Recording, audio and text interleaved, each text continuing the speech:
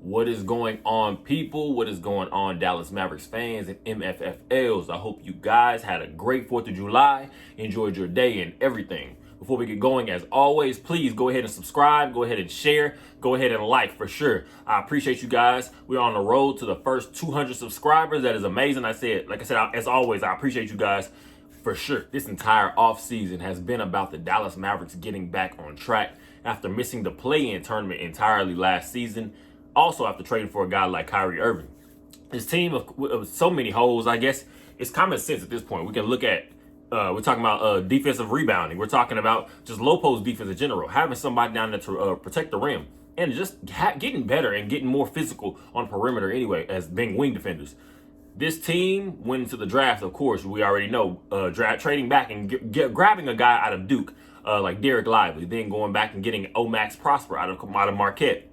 We've obviously seen Nico Harrison as having, I guess you want to say, I'm again, you don't want to get too high right now because there's still work to be done, but he has put together a plan, and you can tell this team is sticking to it because he's talked about he wanted to get better on the front court entirely. He wanted to pretty much change the entire big man rotation, and we can see he's gotten guys in here pretty much that are going to just help to change and switch over pretty much that whole mentality, because we've seen the years where we've had solid defense, but the offense is kind of one trick pony, I guess. It's all pretty much everything runs through Luka. Your pick and roll offense, pretty much your free flow, looking for your wide open 3-and-D guys. But they have to consistently knock down those shots. But when you have guys that you don't have multiple playmakers on offense, or guys that can get their own bucket, then at times you can find your offense will get stacked down and loaded down pretty much when all of a sudden the other team's defense just focuses primarily on Luka Doncic.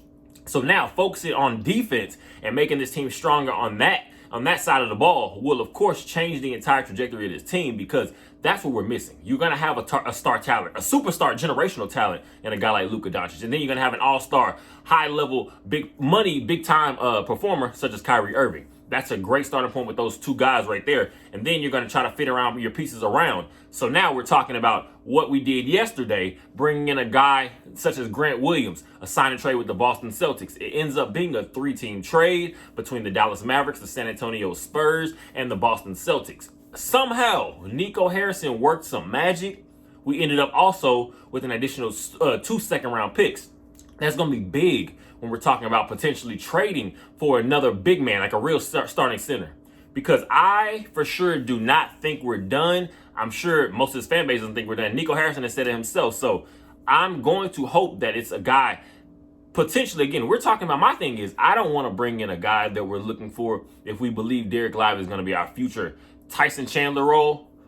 I don't want to bring in a guy that's going to pretty much stalemate that just because. So if we're looking at a stopgap type player, why you're just pretty much going to slowly develop and bring along a guy like a Derek Lively, then that's huge. So also, like I said, so bringing in a guy like Grant Williams, the Grant Williams deal ends up being about 4 years, 53, 54 mils, somewhere around there. Not bad when we're talking about a guy from Texas, the state of Texas, a former first-round pick with the Boston Celtics, 24 years old. He's literally hasn't hit it at all pretty much over the last couple years. He's a big Luka Doncic fan. He even wears the Luka ones on the court. I believe also Luka Doncic and Grant Williams have the same agent. So there was always that kind of mix. We know exactly because, and he speaks yesterday pretty much, talking to his agent and everything, how much he pretty much just loves the talent that this team is building. So even speaking from Luka Doncic to Kyrie Irving, and even adding in guys like such as Lively and Prosper that we added in the draft. He's going to bring in pretty much just that pit bull mentality. We saw the dust ups he had with the Jimmy Butlers in the playoffs this past playoffs. He is going to bring in, like I said, just that tenacity, just that perimeter defense. And of course, Boston has used him in so many different ways. He's played a little bit of the 3. He's played some 4 in certain different times because he has more of a stocky body where, again, he's not easily moved around.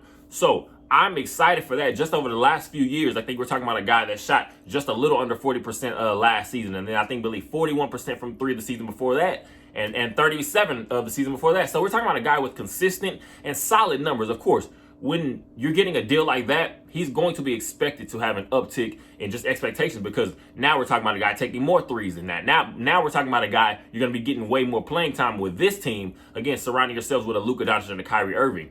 You're going to have to find pieces that are more in your Grant Williams type mindset, because what we're lacking is defense. It's not offense per se. We need guys that can knock down shots here and there when it calls for it, but we need those guys that can pretty much come in here and help lock things out, because we do know the deficiencies, the deficiencies that a Luka Doncic has.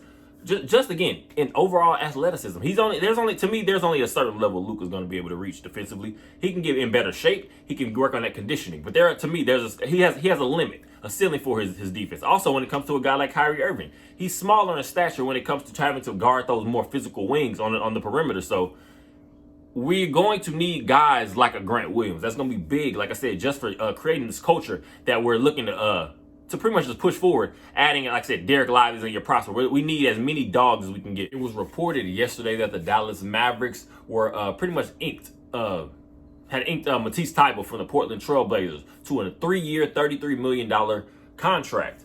It's pretty much, I pretty much had the idea that the Portland Trailblazers may go ahead and match it, because they had just drafted Scoot Henderson in the draft. Now you see the pretty much the turmoil that they have with the Damian Lillard situation, him wanting out now. They just signed Jeremy Grant to $160 million. What you're looking for is as many young players as you can, because now it seems to be the Trailblazers may find themselves in a bit of a situation where they're looking to rebuild pretty much without that being their plan initially.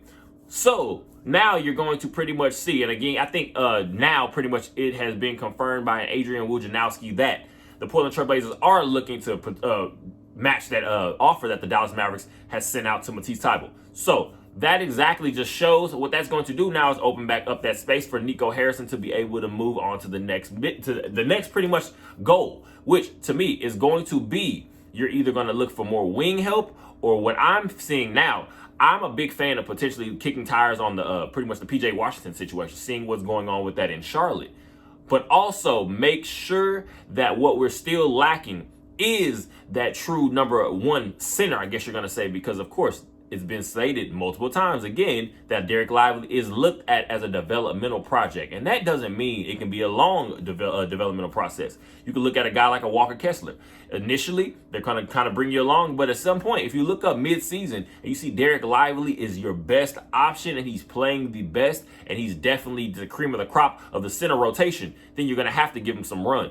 But you can't go into the season banking on what can he potentially do. You're going to have to make sure you get in that guy ahead of him, whether that's going to be a guy that you're looking at that's already a veteran, or another young guy that you believe has some potential that, again, can just come up and pretty much be a part of a platoon. I do not want to bring anybody in here that's not going to be for a win now, because if that's the case, you might as well just let your young guys develop. But if you're going to look into a situation where you're trying to find a big man, there are definitely a few faces out there that you potentially could see the Dallas Mavericks take a look at. Like I said, it's July 6th, so now the players are able to actually sign their contracts. You can see teams are able to actually match the offers, which again, that's going to open up a whole lot for guys that are pretty much kind of looking to hang around, or guys that could still now be moved, because we still have to see what's going on with the James Harden situation. We have to see what's going on with now I said, like, again, the Damian Lillard situation in Portland.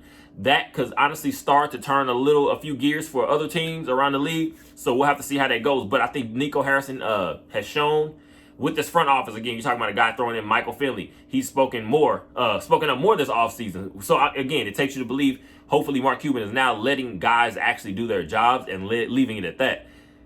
We definitely still have a few moves that potentially could be made, and I'm hoping to see that they are actually made, because we're just looking to win. That's at the end of the day, that's what this fan base is looking for. People agree, disagree with each other. At the end of the day, we all just want to win. That's it. A couple guys to keep an eye on in the center position, possibly in the trade market. Zubac from the Los Angeles Clippers. I'm a fan of bringing him on, more so for the simple fact he is a big body. And my thing is, for sure, once you're starting to bring in certain players and try to pretty much round about build your team around a guy like Luka Doncic and Kyrie Irving, what you're looking for is guys that you know are going to consistently give you something. Zubac is going to consistently give you rebounding for this team specifically, I feel, because what we just need is that big body down low pretty much to just take up space while you're allowing a guy like Derek Lively to slowly develop. It's going to be huge for the development of Derek Lively to have somebody pretty much ahead of him that we're not having to completely just throw him into the wolves from day one. So it's going to be big. Also, that's why it's so huge. The simple fact that you're having a guy like a Derek Lively being mentored by a Tyson Chandler, who is going to be one of the assistant coaches on the Summer League team this summer. I believe July 8th is the first day Summer League kicks off. So having a guy like Tyson Chandler pretty much here to help mentor and bring along a young guy like that, Zubac, and to me also, Jared Allen. That's a player I'm looking toward if you're able to get him, if it makes sense. Let's be clear. I don't want to just throw anything that we have, our last assets. Again, you're looking at a Josh Green potentially. You're looking at a Tim Hardaway Jr. I'm okay with the Tim Hardaway Jr. being traded. I'm also okay with a guy like a Rashawn Holmes McGee. If you're going to trade a player like a Josh Green, it has to be a player that you're comfortable with, and it has to make sense. I am glad that Nico Harrison in this front office has pretty much put their foot down, that they're not looking to move a guy like Jaden Hardy, because I feel his ceiling is probably the highest of the young guys on this team, potentially. But if you're able to get a guy like a Jared Allen or a Zubac from the Clippers, you're going to have that guy pretty much, like I said, to help get Derek Lively to the next couple years of his career and of his development. Once again, the Summer League does begin July 8th, so that is not too far away, a couple days. Pretty much, like I said, we have a few guys. Of course, everybody wants to get a look at a Jaden Hardy. Jared Dudley spoke glowingly about Jaden Hardy, pretty much that this is his team. He's easily the best player on this team, and he has pretty much a whole nother level that he can reach, and he just wants to help him reach it. He's talking about helping Jaden Hardy get better defensively, helping him get better when it comes to just playmaking, hitting the open man in stride in his perfect time. So a guy like that, you want to watch him keep building. You want to see what a guy like Olivier Maxence Prosper from Marquette has in his game. What exactly? Because I can see him more in that Jared Vanderbilt mold, I guess, for this team just in year one. He's going to be able to come in and give you that energy, come in and give you some physicality, come in and give you a guy that's going to help you out in rebounding, actually, and just having more of a physical presence, like I said. Of course, Derek Lively. That pretty much goes without speaking. What exactly? We just want to see him. Can he find himself in the mix of a team? Like I said, when you get to Summer League, you're talking about guys that are young guys that are either trying to make teams, or it's looked at to be the future of their team that they were drafted by, or you have guys just trying to make a name for themselves and potentially get picked up by a team. So you're going to have to go out there and play hard. You have to go out there and play physical. Does Derek Lively have the capabilities? I think he does. We just want to keep seeing him develop. Like I said, July 8th, first Summer League game, this Dallas Mavericks team is starting to make some moves. Like I said, today is July 6th, so this is the first day that pretty much you'll see a lot of balls start to actually roll. Guys potentially being traded, guys finally actually signing contracts. So pretty much, like I said, just keep your antennas up. There's a lot going on for the Dallas Mavericks right now. It's exciting as a fan because it feels like we definitely are now starting to find some type of actual direction and not just throwing stuff at a wall and hoping it sticks. As always, I appreciate you guys. You are amazing. Like I said, I hope you enjoyed your 4th of July. I did for sure. You guys are amazing. I'm sure we'll link back up real soon because there's a lot, like I said, a lot for the Dallas Mavericks to still do and hopefully bring to improve this team. I appreciate you guys. Let's get to that first 200 subscribers. Keep liking, keep sharing, keep commenting, doing all that good stuff. I appreciate you guys. Enjoy the rest of your day and go Mavs.